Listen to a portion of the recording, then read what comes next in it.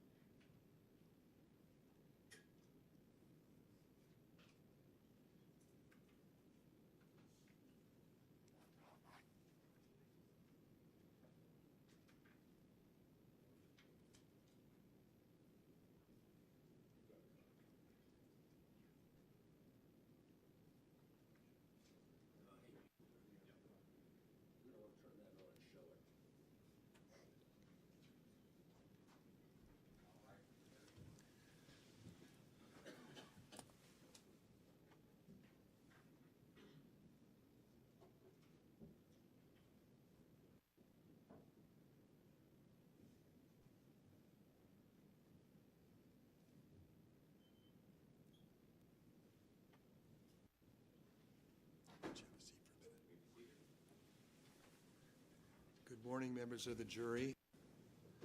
I pray that your traveling in this morning was safe and everyone got here okay. The weather outside is still winter, I guess. Well, there is a new piece of evidence in this case. I'm going to tell you about that. A viewer that's been following this trial out of the courtroom and familiar with finding archived website links, investigated the link referenced on Defendant's Exhibit 102. That's the Mr. Sanderson email to his daughters on the day of the accident. There's a link at the bottom of that page. Well, this viewer, through their efforts and expertise, through that, we now have a copy of what was contained in that link. And you will receive it. It is going to be an exhibit. It's Plaintiff's Exhibit 44 and Defendant's Exhibit 102. Plaintiff's Exhibit 44 and Defendant's Exhibit 102. And the parties do agree that this new exhibit is authentic. Plaintiff, you may proceed. Thank you, Your Honor. Plaintiff Terry Sanderson recalls Craig Ramon.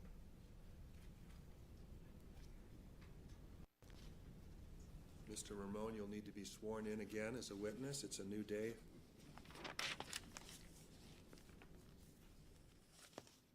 Right up here, sir. Hello. Do you solemnly swear the testimony you are about to give in the matter before the court to be the truth, the whole truth, and nothing but the truth? So help you God? Thank you. Good morning.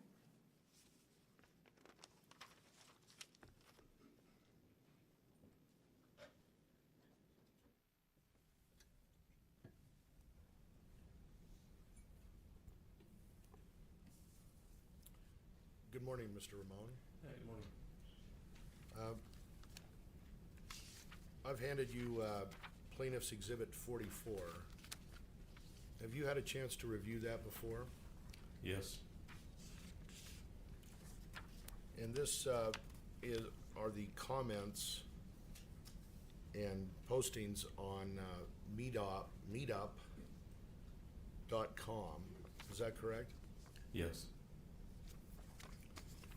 And this was the website that you used to meet up with the other skiers on the day of the crash, correct? Yes. And first I'd like to turn you to page 2 of Exhibit 44, Plaintiff's Exhibit 44. And on the lower left, you see the color photograph of the woman smiling? Yes. Is that the ski patroller that you met on the day of the crash? I'm guessing it is. Okay. You have it on page 2?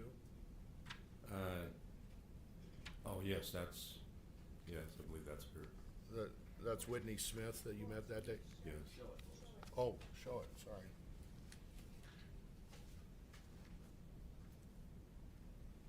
You see on the lower left of Exhibit 44, page 2? Yes. Okay.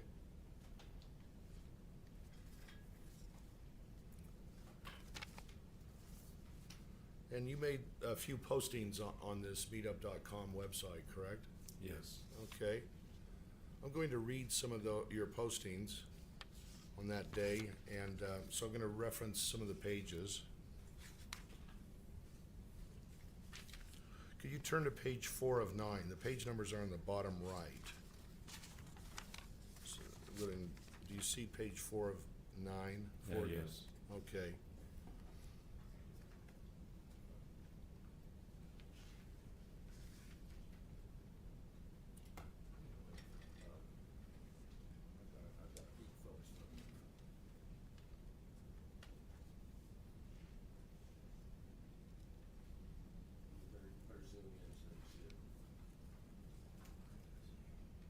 Okay.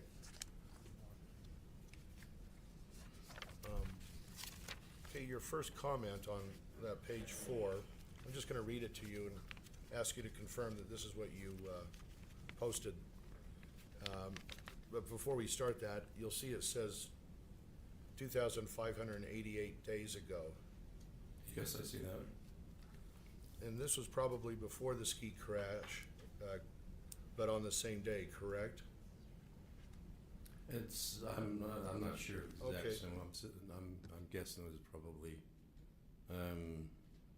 it was right around. Which one you're talking about? I'm sorry. The one in the middle of the page. Just give Deer Valley your pass. Yes, that's Okay, that's so true. you wrote or typed in that day, just give Deer Valley your pass, they have your photo, it will be a great day, I will be on the hill at 9:30. That's your first posting that day, you believe? Yes. Okay, and then at the bottom of the page 4, you have another post.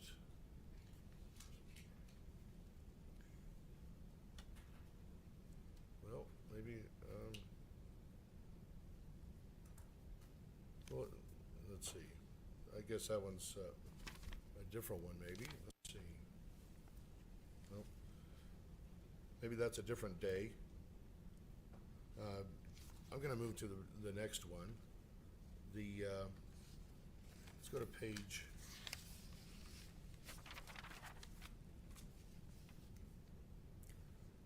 6 of 9. Can you go there?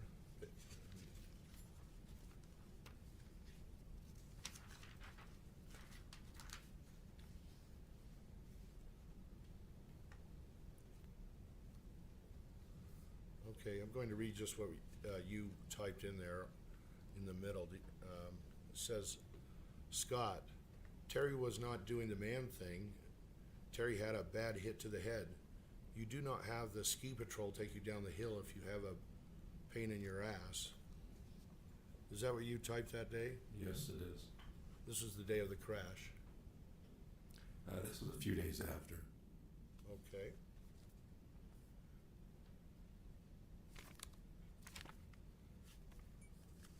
Then at the bottom of that, page 6, and we're going to continue to 7, it has your name, and then it continues on to page 7. I'm going to read you what page 7 says.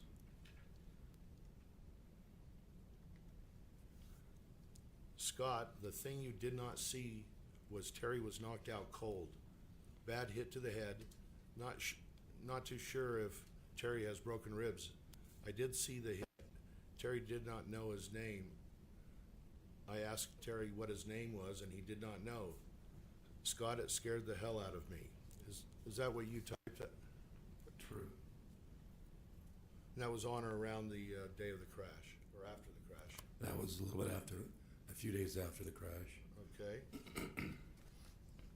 Then at the bottom of page 7, you have another comment. Do you see that? Yeah, yes, I do. And you typed, Scott, thanks for the humor. I got it when you were trying to make light of the whole thing. You guys did not see what I did see. No need to say you're sorry. You typed that, correct? Yes, I did. Then the final page, page 8 of 9.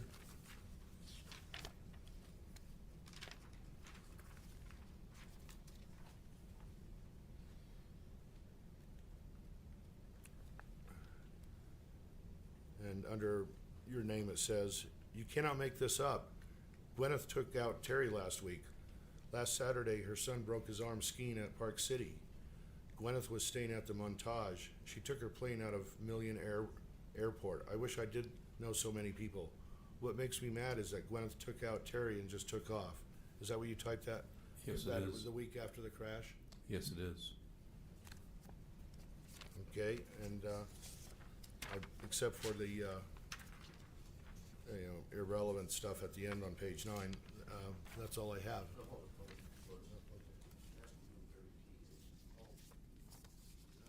Who is Very T in Exhibit 44, plaintiff's exhibit? Terry T is mentioned.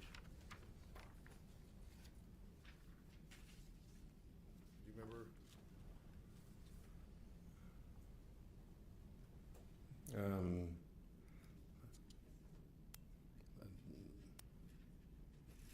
I'm not sure who Very T is.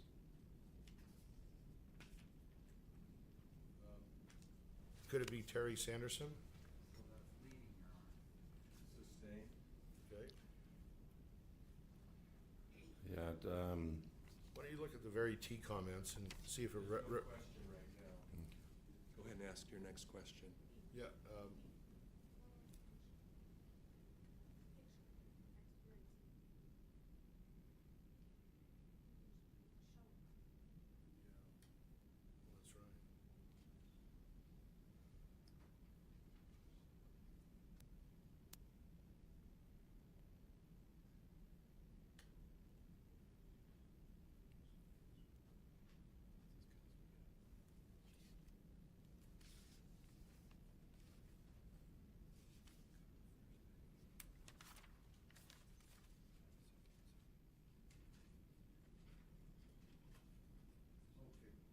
Craig, would you go to page 2 of this Exhibit 44?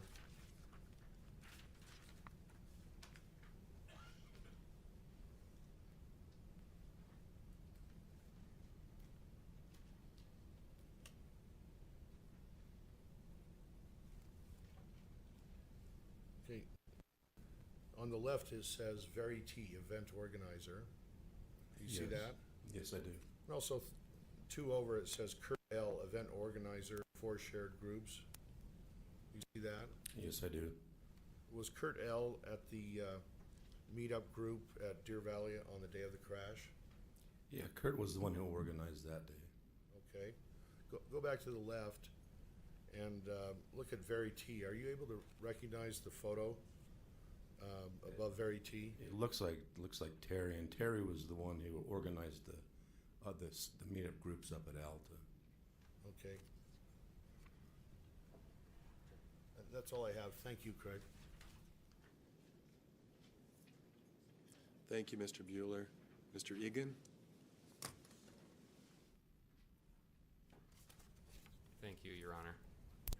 Mr. Ramon, good to see you again. I have a couple questions from the defense. So the first would be, at the start of this page, and I haven't used this Elmo projector before, so give me a second.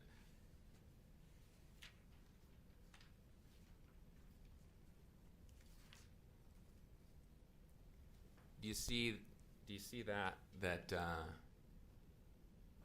on page 2? Got it, thank you. I have to press focus. Okay, there you are. So you see that there's some photos there at the bottom of the page? Yes. And do you recognize the photo there of the ski patroller? Yes, And was that Whitney Smith, I believe so. the ski patroller who responded to Mr. Sanderson on the hill Yes. and cared for him during the urgent care or the first aid clinic visit that he had there on the ski hill? Yes. And I do not see any videos there. Were there any, to your memory, GoPro or other videos posted on this webpage? No. And then, and I believe you're unaware of any GoPro footage at all. Is that correct? Yes. And then if you go to page, let's match it up with mine here, page 7.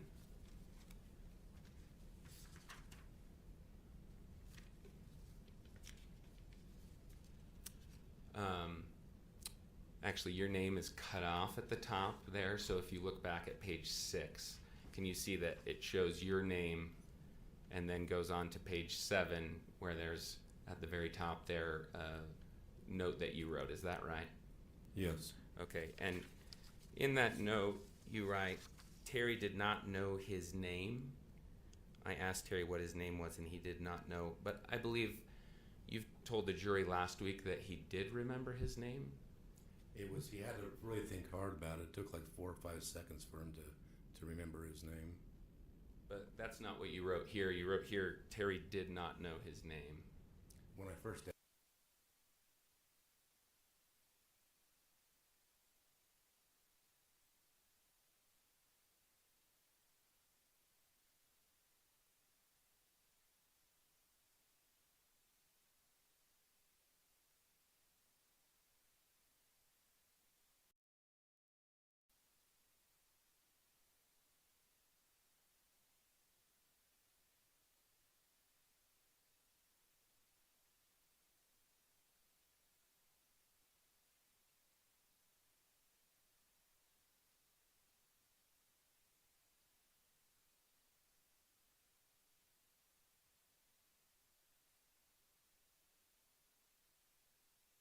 You told the jury last week, is that correct? Yes, when I basically was talking about this, I didn't go into much detail, on this. I was just making a point that he was having a hard time knowing what his name was. Okay, so let's go to this last page, well, I guess there's a kind of blank page at the end, but page 8, the last page with your comments on it.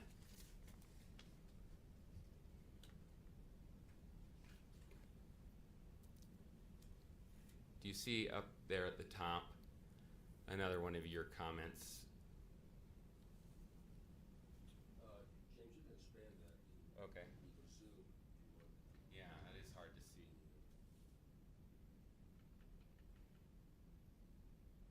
No, just that focus. I'm learning old technology. I appreciate this. Thank you. Okay, so in this comment that you wrote, correct, this top comment is yours, Mr. Ramon? Yes, it is. Okay, and in this comment you wrote, Gwyneth took out Terry last week.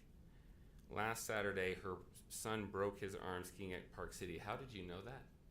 There's a lady I know that works at works at Snowbird and Deer Valley. She works up at the Montage, or Deer Valley, and she told me. Okay. And then Gwyneth was staying at the Montage. How did you know that? That's what she told me. And why were you talking to her about Gwyneth? She knew what happened, and then she told me that what happened. Sorry, that's not clear to me. So she knew what happened? She knew that that Gwyneth took out Terry, and so then when I saw her, she told me what happened. I didn't ask her about it. She just told me that's what happened. Well, she wasn't there at the collision, right? No, she just worked up at the hotel. So how would she have any knowledge of it? I have no idea. She took her plane out of Million Air Airport. How did you know about Miss Gwyneth or Miss Paltrow's travels? One of my best friends, he works at a Millionaire, and that's where a lot of the private jets, the charter jets, that's where they fly into that part of the airport. It sounds to me like you were talking to a lot of people about Gwyneth Paltrow during this time. Is that correct? No, my best friend, he knew what happened, and he's the one who told me. So you didn't tell these people what happened, even though you were the one at the collision site? Yeah, I told my friend what happened, yes. Okay. So you were telling people about this accident, Yes, I've told people about it. and then they were telling you things they knew about Miss Paltrow, that at least they claimed to know about Miss Paltrow? Yes, But they could be mistaken, is that correct? yes.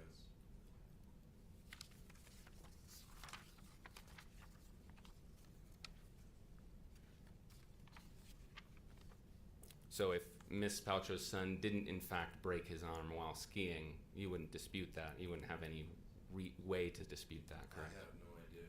That's just what I was told.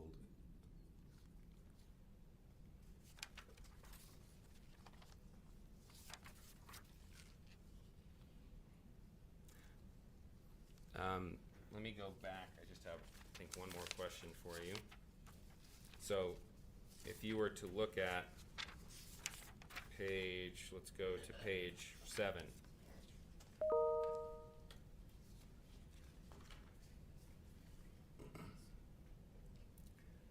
Those comments that I believe you've connected to Terry Sanderson, those ones in the middle of the page, you can read them to yourself. But my question is, given that you've described him as being knocked out cold in other comments here, I wanted to ask you whether you found Terry to be articulate in his posts and comments on this page following his injury.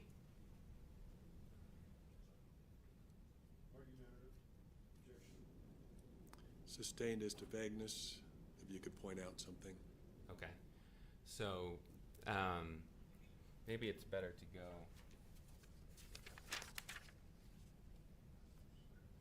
These are kind of difficult because they don't have dates on each comment, correct? They just show, for example, let's go to this one.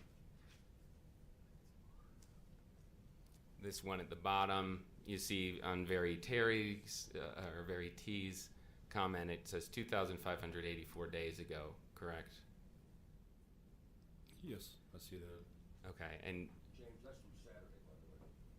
okay, yeah, I don't know that. So I'm asking Mr. Ramon, do you know when these comments were made? Is this on the day of the accident when he says you organized a perfect day? I don't see where it says you organized I don't see where does it say that you organized a perfect day?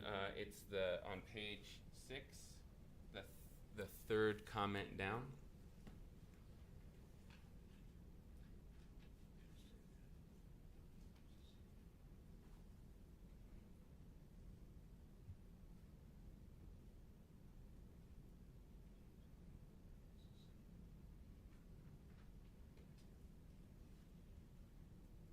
While he's looking at that, would council approach, please?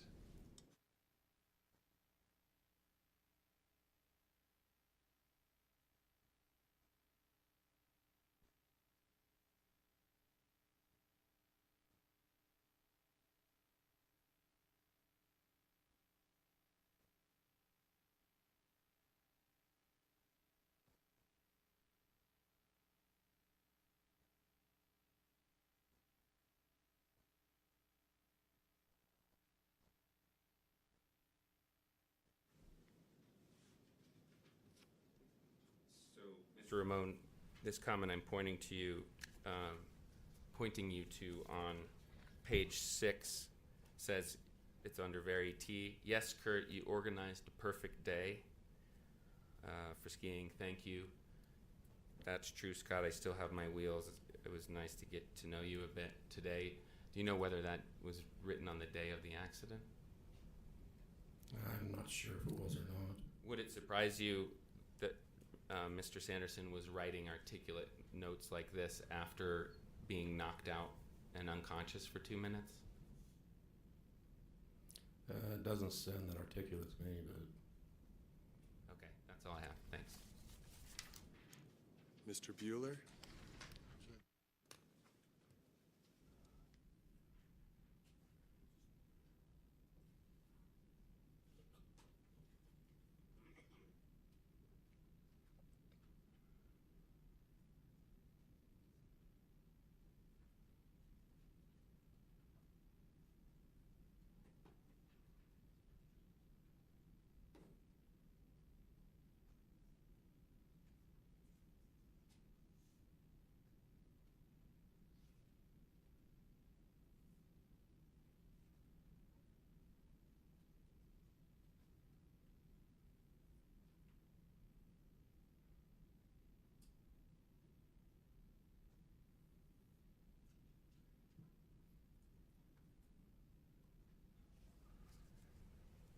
Craig, could you look at page 6 again?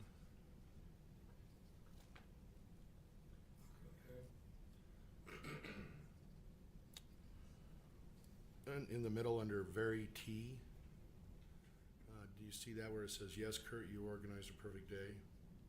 yes, I do. And then look at the number of days it is. Is it 2,584? Yes, it is. And then your comment below that.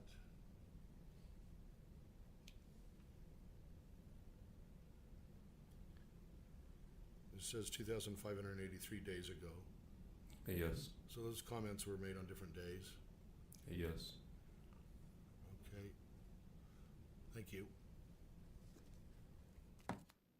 Any follow-up, Mr. Egan? Okay, you may step down, Mr. Ramon. Okay, thank you. You still remain subject to the orders of the court until the case is over or you're released. So thank you. Thank you. What should I do with this? Leave it right there. Plaintiff, you may call your next witness. Thank you for coming. Plaintiff's call. Mr. Terry Sanderson.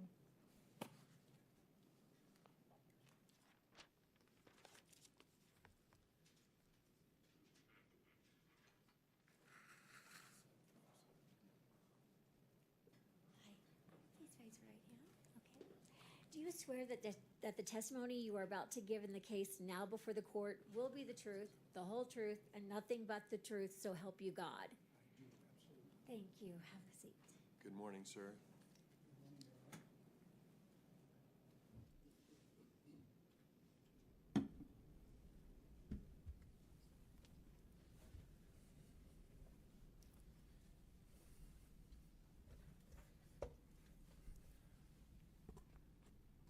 Sorry, I want you to get comfortable and speak into the mic, okay? Okay. All right. Okay. Could you state and spell your name for the record, please? Yes. My name is Terry, Terry, Howard, Howard, Sanderson, Sanderson. Thank you. Now, Terry, this is the 5th day of trial. We started last Tuesday. You weren't here much last week, were you? Not at all. In the courtroom. Were you in the courthouse? Yes, definitely.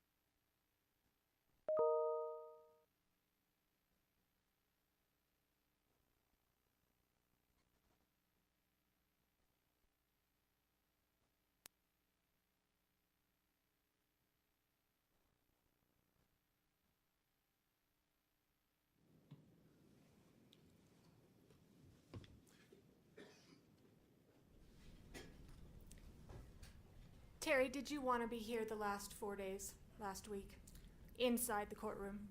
I love spending time with my daughters and have them hear what they had to say, but in this case, I didn't want to be here because I wanted them to speak totally freely and without the discomfort of being in my presence if they had something to say. Is that why you weren't here? Absolutely, yes.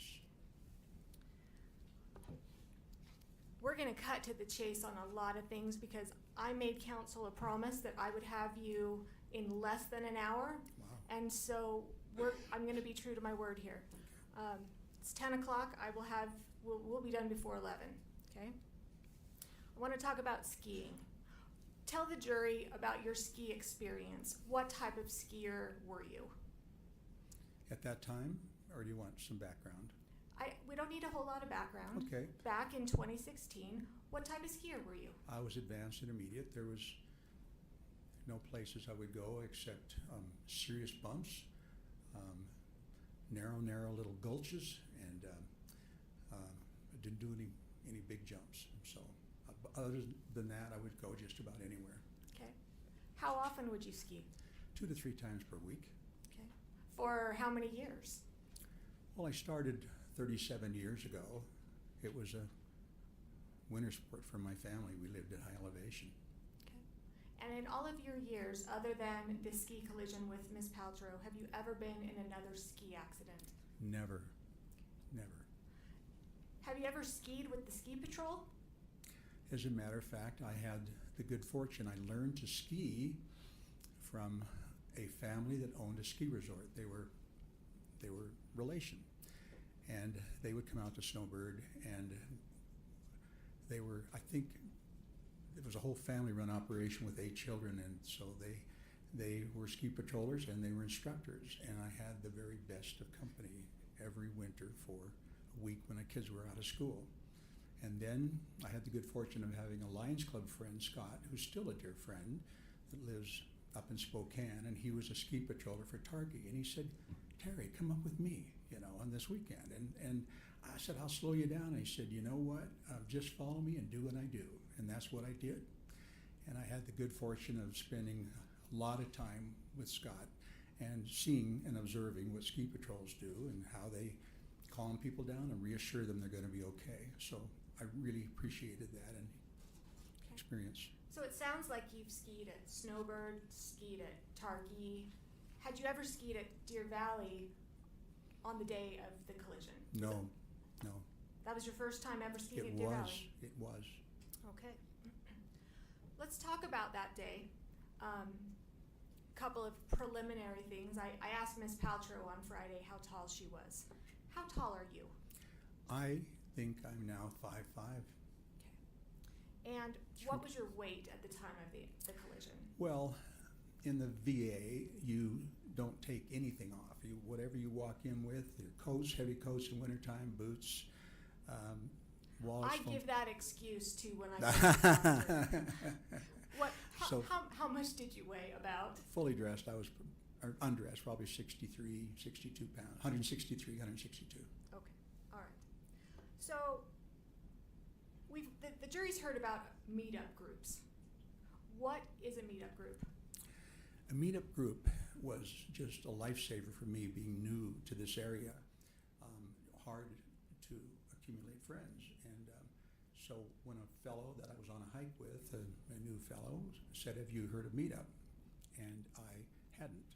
So he says, look it up and sign up. And I did. And it was a wonderful organization of groups of people where you had a shared interest, whether it was dancing or concerts or skiing. And so I signed up and joined some groups, and it was really a life changer.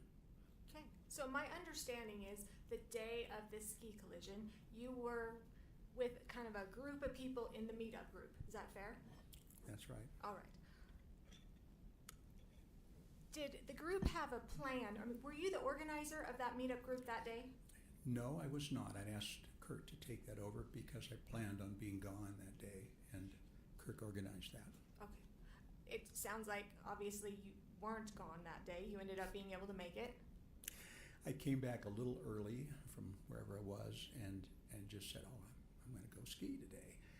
And I happened to see on the list that day also was a lady that I had met when I first moved here, and she happened to be a ski instructor at Canyons, but she had been at Deer Valley as well. And so I called and said, Debbie, I'm going to go. I'll pick you up. So I picked her up at Kimball Junction on the way and went there with her and dropped her off with the skis. And we met the group, and I asked her if it'd be okay if she let our group out because she's very familiar with Deer Valley. And so she said yes and gave us the rules of the road. Would you like to hear that? So the meetup group, you guys kind of ski all together-ish? Well, and this skiing meetup group is unusual. It's like herding cats. You've got those of just want to go, and they kind of know who one another is, and so they go ahead and group up, and sometimes I wind up skiing with the beginners and getting them started and making them comfortable. And so they don't stay together well. We meet, usually we'll say, let's meet at Alps at 1:30, and so that's what we do. Okay, so you mentioned we set forth the rules of the road for that day. What were the rules of the road that day? Well, the only rules of the road, we are pretty familiar with the rules of the road, so we don't go over that at the time, but Debbie just said, we're going to start down Bandana because that's how we'll get to the blacks of really good skiing. So our group knew that's where we're headed. And she said, whatever you do on Bandana, do not go down the middle of the run. Why It's not? packed and crowded with people. She said, go down the edges. She said, it'll be clear. And so when I came over the edge of the hill, there were heads bobbing in the middle. It was just compacted with little heads and big tall heads, and I just diagonaled. I went straight over to the right edge of that run. And is that where you stayed prior to the collision? I did. I stayed there the whole time because it was wide open. So you were over to the right side to avoid the people. Did it have anything to do with your vision? There's been a lot of discussion about your right eye problem. Yes. And we'll talk about that in a few minutes. But skiing on the right side of the run, did that have anything to do with your right eye? Yeah, maybe that's one of the things, yes. Okay. We'll talk about your vision in just a couple minutes, but I Sure. want to focus on the collision right now. Craig Ramon, he just testified. Oh, yes. You saw him. He also testified last week. How well did you know Craig at the time back February 2016? He was one of maybe an average of 15 people, 10 or 15 people that would come, so I shared his company during those times. And I knew him only as being an amazing skier, strong skier, and knew that. And I appreciated the fact he tended to like to follow the group and be behind as the protector, because he brought a lady that was a person I knew that was his neighbor. So he would bring her up and ski behind her as a protector. So good guy. Did you guys hang out a lot before this collision? Of course, at lunch, we spent time together. And there may be a couple of other occasions where we met with him, but usually there was somebody else there along with us. Okay. So I don't remember being exclusive with him. All right. So, Terry, take the jury through what happened in this ski collision. Take it from, say, getting off of the lift. Yes, happy to do that. It was really a very nice day for skiing, and I was really looking forward to it. And of course, Deer Valley has amazing groomed runs. Found that out right away. And so I'm starting from when I get off. When you got off of the ski lift. Gotcha. So I was on a chair with probably 4 people. I think Joanne, Debbie, Craig, and there could have been another person besides myself. And we had already met and discussed going down the right side of that run, or going down the sides. And so I came over the top of the hill and saw that and headed for the right side, and I'll pick it up there. And everyone just kind of dispersed, some more to the right and more to the left. And I remember looking and seeing no one. And generally, beginner runs, people are afraid of the off-piste, of the off-groomers, and so they stay away from that area where the snow is piled up. And off-piste can be a rough ride. If you have to divert and run out in there, some skiers can't make it through there easy. It's a lot of bumps. So I went right down the run and started just making nice soft turns and staying within that boundary. It could have been as much as 5 yards wide, but it might have been more like 5 or 6 feet. Can't imagine and can't remember. Lots of room. And so I'm just skiing easy and paying attention, and all of a sudden in front of me is 2 big signs. I've never seen that big of slow down signs. It seemed like they were 4 by 8, like a 4 by 8 sheet of plywood size high with great big letters, slow down. I went, whoa, and I'm looking around and the crowd's about the same as me and speed-wise. And so Did you pay attention to the sign? I did, and I backed off of whatever I was doing, and then another big sign, like 10 feet away, the same 4 by 8 sheet up there, big letters. Well, they're serious, must be lots of merging trails down here. So I just backed off, and again, the skiers were on my left. We're all about the same speed. And I could see down where the edge of the run went, it curved around a tree line, came out a little bit, and the run curled around, and I could see about half of the, I don't know if it's a montage or the Empire, could about half of that beautiful building, and it was wide open. There was nothing in front of me, and so I came around that corner, and it takes my breath away to think this is hard because I don't like going through this scene. I just remember everything was great, and then I heard something I've never heard at a ski resort, and that was a blood-curdling scream. Just, I can't do it. It was, and then, boom. And it was like somebody was out of control and gonna hit a tree and was gonna die. And that's what I had until I was hit. That's what was going on in your mind. Overruled? That's what's going on in your mind when you hear that scream. That was instantaneous. Oh my gosh, somebody's out of control. And they're really seriously out of control. Not time for a hockey stick. I didn't go think about that, but most people could avoid that, I think. Good skiers. Okay. And I'll move on. Okay. So you I mean, overruled. He's overruled. thank you. So you hear this scream. Yes. What happens next? You know, I got hit in my back so hard, and I'm right at my shoulder blades, and it felt like, and was perfectly centered, and the fists and the poles were right there at the bottom of my shoulder blades. Serious smack. Never been hit that hard, and I'm flying. I'm absolutely flying. Now, you're not airborne. Well, all I saw was a whole lot of snow, and I didn't see the sky, but I was flying in that sense. I had no control. And I remember this thinking, okay, you really got to hang on. And then I thought about the crowd on the left, and I thought, I don't know who's wanted over there, and I do not want to get them mixed up in here. And I've heard, that maybe that's not decided about how my ribs really got hurt. I absolutely lurched with what little I could off of my skis a little bit more to the right to make sure nobody over here got involved on my left side. And then it was like the ground's coming up, nobody in front of me, just me going to the ground, and you're falling far further than 90 degrees like you'd fall on a floor. You got that extra, and so it's quite a ways to hit the ground.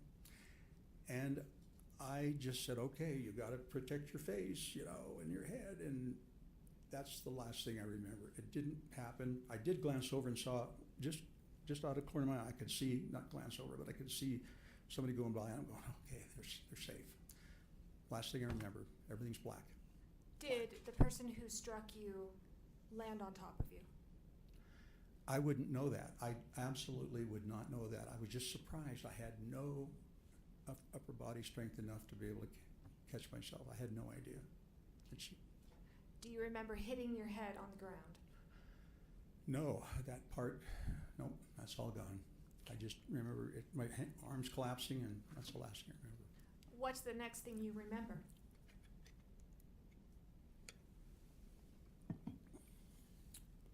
I'm getting an adrenaline rush here, I guess, living this again. Just being here and present, too.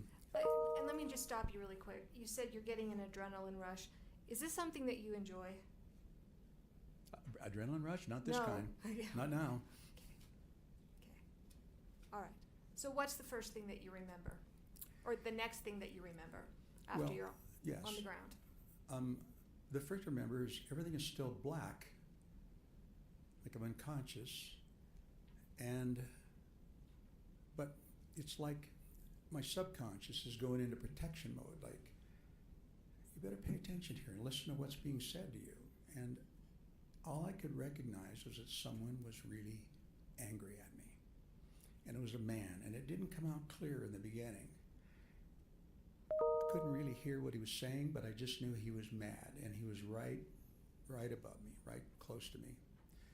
And I'm feeling a little afraid, and I tried to move, and I could not move a limb. I couldn't move my head. I couldn't move my body. Nothing was responding. Just this message I was getting. And the next thing, it became a little more clear, and I heard him say, "Do you realize that you weren't skiing under the rules? You hit somebody, you hurt somebody." And just insistent that I was the bad guy. And that's why I said, this has got to be a husband or boyfriend that's really mad at me. And I sound like a big... Did you know who he was? I had no idea. No idea. It Okay. was just a very angry person trying to bully me into believing something that I didn't think could happen, was I heard a woman's voice, right? Again, couldn't move. And about the third time he went through that, and it's getting louder, and I started to understand what he was saying, and he was really insistent that I was doing something wrong and hit somebody. And I remember in desperation, because I couldn't move anything, I couldn't fight, I couldn't flight. Who's going to try? And I tried moving something, and I could move my skis a little bit. I could just feel just below my knee. I could just slide my skis a little bit, and that's an important point. My skis are still on. They're still on, and I'm thinking I got to placate this guy. He's really mad. If he decided he wanted to jump on me right now, he could finish me off. I remember saying, Okay, now you're twice. You're whispering. I that, know but- I am, but because maybe- that's what I heard. Nothing was coming out. My lips were moving, my tongue was moving. There was nothing coming out of my mouth, and my heart rate went up again. Okay. It looked like what you were mouthing was, "I'm sorry. I'm sorry. And I was just going, I can't believe it. I thought, try again. I'm sorry. Nothing was coming out. And to me, I heard nothing. When you kind of mumbled, whispered, whatever you want to call it, "I'm sorry," was that you apologizing for causing the accident? No, absolutely not. I was trying to placate this man in the only defensive manner that I could. Okay. You've talked about the man who was yelling at you. Miss Paltrow last week talked about, admitted that she was kind of cussing you out as well. Do you remember any conversation that you had or anything that she said to you? Absolutely not. There was one voice that my brain was focused on. Thank God, I guess. And that was self-protection, I guess. I only heard a male voice, a mad, angry male voice. I heard nothing. Maybe that happened before I came to that point in consciousness. Were you still on the ground at this time? Still on the ground, absolutely, face down on the ground. How did you end up getting up? Well, that's a story too, but basically, I heard Craig saying, "Terry, are you okay?" Now this is Craig Ramon. Well, at that point, I didn't identify his voice. Just things were a little strange yet. And I heard, Terry, are you okay? And about the third time it hit me, is here to help me. I didn't, at that point, except an angry man was there.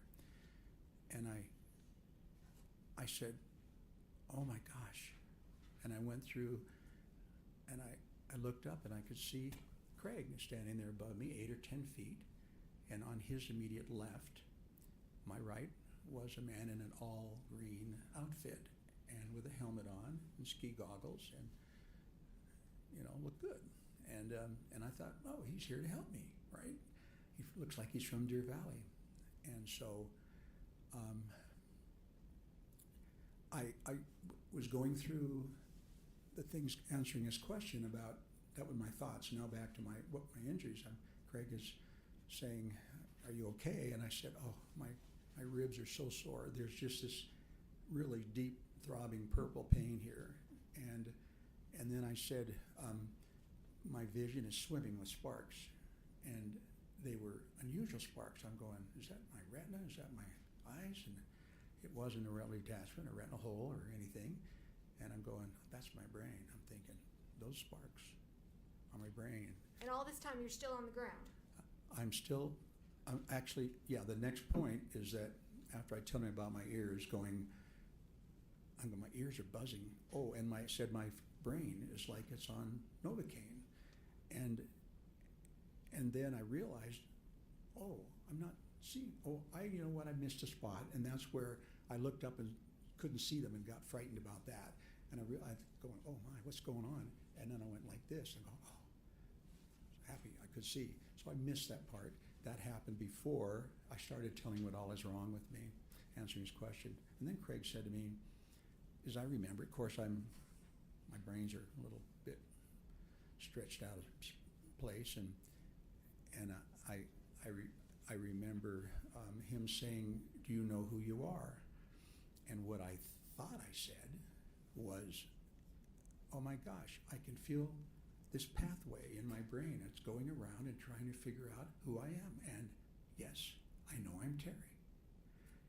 And then he said, do you know where you are? And I said, I know I'm skiing, but I don't know where I am. And that's when the man in green took off.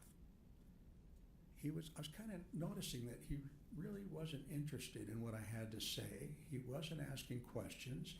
He was standing there rather stoically, head not moving, goggles on, just resting on his poles and his skis, and was sort of disinterested. But when he skied off, my heart sank because I really thought he was the one person that was there to help me. And I'm laying on the ground with my head downhill, and I couldn't see where he went. So I was really Terry, how'd you get up? The question is how I got up, and that might have been the question in the beginning. But that's right. How did you get up? I realized that I was getting cold, and snow was packed in around me. I was starting to get a little shivery, maybe from a little shockish maybe, and I got to go. I got to get my skis downhill. And I started sliding my skis around and my legs around. I think Craig must have been shell-shocked about this guy leaving too. I don't know what he thought, but I remember getting my skis around, and it's so painful every time you have to contract your... Terry. Thank you. How did you get up? Thank you. That is one of my habits. I just focus. After I got halfway around, a man showed up in front of me, and I thought he came from the right. And I don't remember if he said one word to me. He just reached down and grabbed me and jerked me up on my feet, which I was not ready to be up on my feet. My head's swimming. I'm in pain, worried about falling down again and breaking a rib, puncturing a lung. He gets me up, and I'm on the edge of the run, so it's bumpy. It's hard to get my skis under me, and I'm stomping down the snow and trying to get them in a spot. Got my poles wedged in, and I think I've got it in stability, and he's gone. And this time, I could see him. I could watch him go all the way down the hill. And I'm up. I'm standing up, but am I feeling safe? No. People are going by, shh, shh, shh, you know. And I'm thinking, man, I do not want to get hit again. My understanding is that you and Craig tried to ski down a little ways, but then didn't quite make it too far. Is that accurate? Yeah, he said, you think you can ski? And I'm thinking, if the option is getting left up here, I will try anything. I got to get off of here. So yes, he said, follow me, and I did.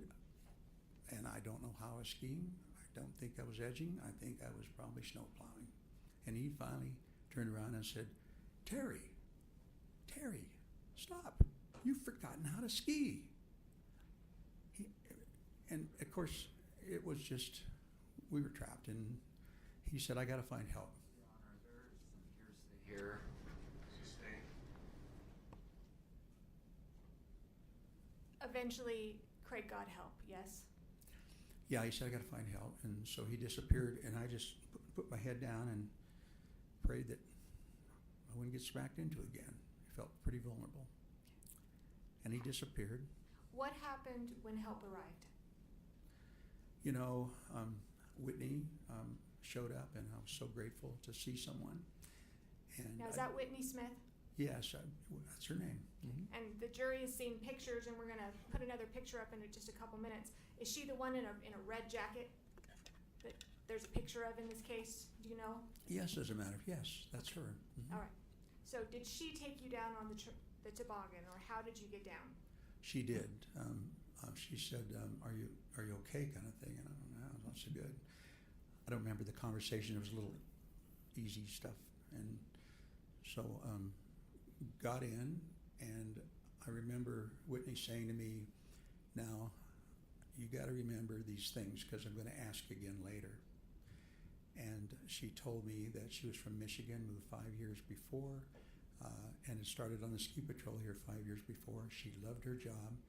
Her name was Whitney, and that she had a horse named Titan that she wore in the years off. So she told me to remember those things. I'm going, this is a brain test. She's wanting to check if my brain's okay. And from that point on, I quit worrying about myself. I quit worrying about my injuries. It was just like, I'm going to remember this. I do not want to have any brain injuries.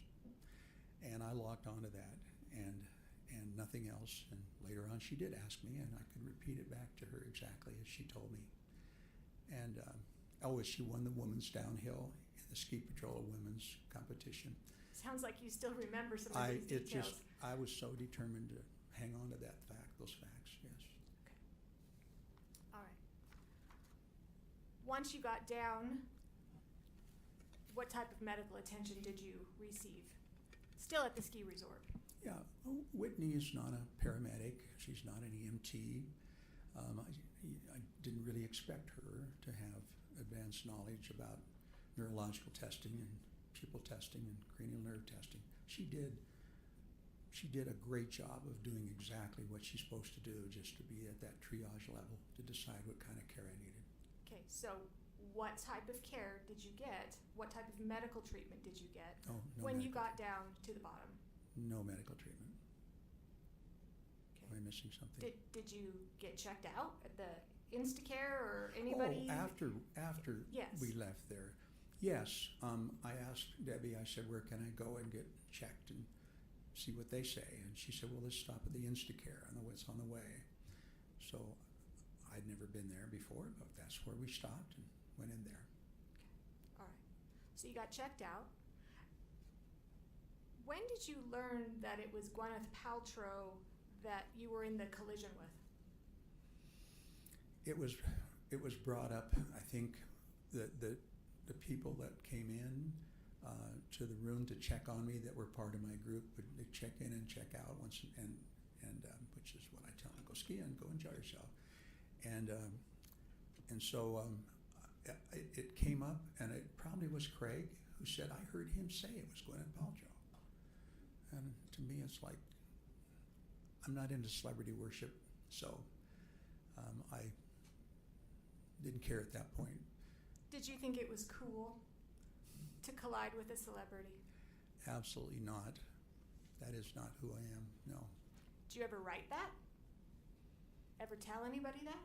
I don't think it came out in those words, but I don't remember that, but I think I was trying to communicate to my kids, and the reason was because I got calls from friends that knew my kids that heard I got crushed at the ski resort, and so I thought I gotta let my kids know I'm okay. That was my main point. I don't want them to worry about me. I'm okay. And so I started it out, and May said, I'm famous or something. Okay, and we're gonna pull that up. Could you pull up Thank you. Exhibit 111, please? Yes, Defense Exhibit 111. We're gonna call it the I'm famous email.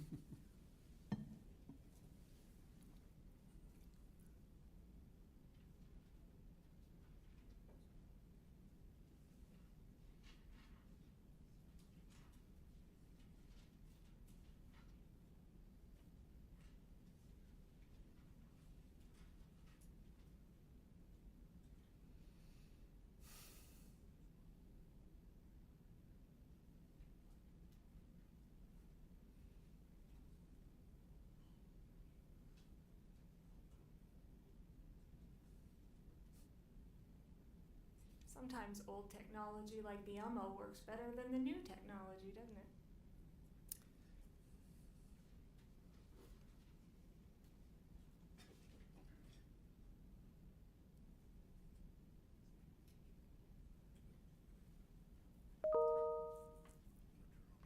You're not gonna plug it in? Oh, we're gonna plug it in?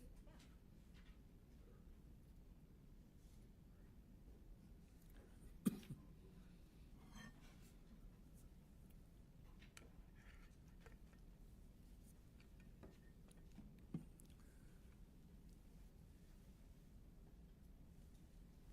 All right.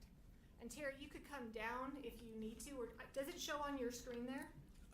Yeah, but I'm not being an eye doctor, I'm not wearing fashion because I broke the pair of glasses I bought and couldn't find the old pair, so now I'm Okay.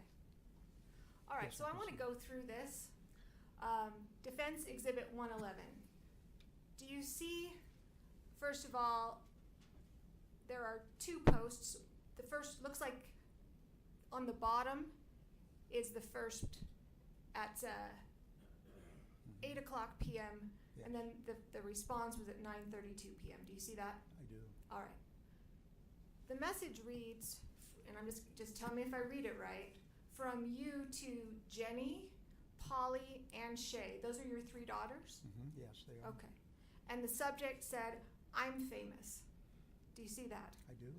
Why did you write, I'm famous? You know, again, my head was scrambled.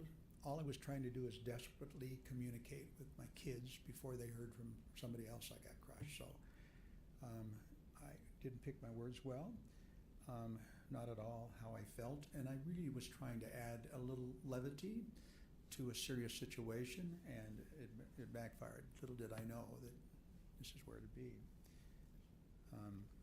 So you write, I'm famous, and then here's what happened from my friend and eyewitness, and then there's the link. The link. The link. We now know what the link shows.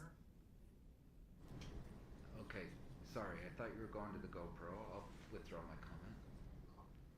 I'm just talking about the link. Yes. Okay, so we now know what the link is, Yes. correct? The link is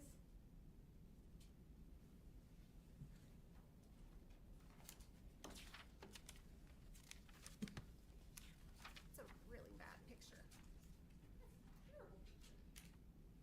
You'll get a clear picture. It's the picture of Whitney Smith. Oh, it's right there. Fantastic. Thank Okay. you.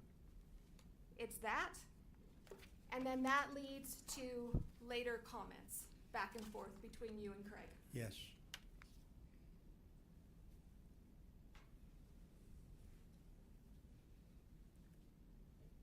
In that, under that picture, can you read what it says? Yes. Whitney kept me entertained while probing You me. want to speak in the mic? Oh, yes. Whitney kept me entertained while probing me with questions to evaluate my senses. A dedicated outdoor person and horse lover from Michigan. She also took me down in the toboggan by herself and won the DV Women's Downhill race contest. Sweetheart. I was grateful for her. Are those the things? First of all, did you write that under her picture? You know, I don't know what time it was added. Carlene was hurrying back from St. George, and depending, I don't know, she helped me a lot verbalize things because things weren't making sense at all in All right. communication, and she may have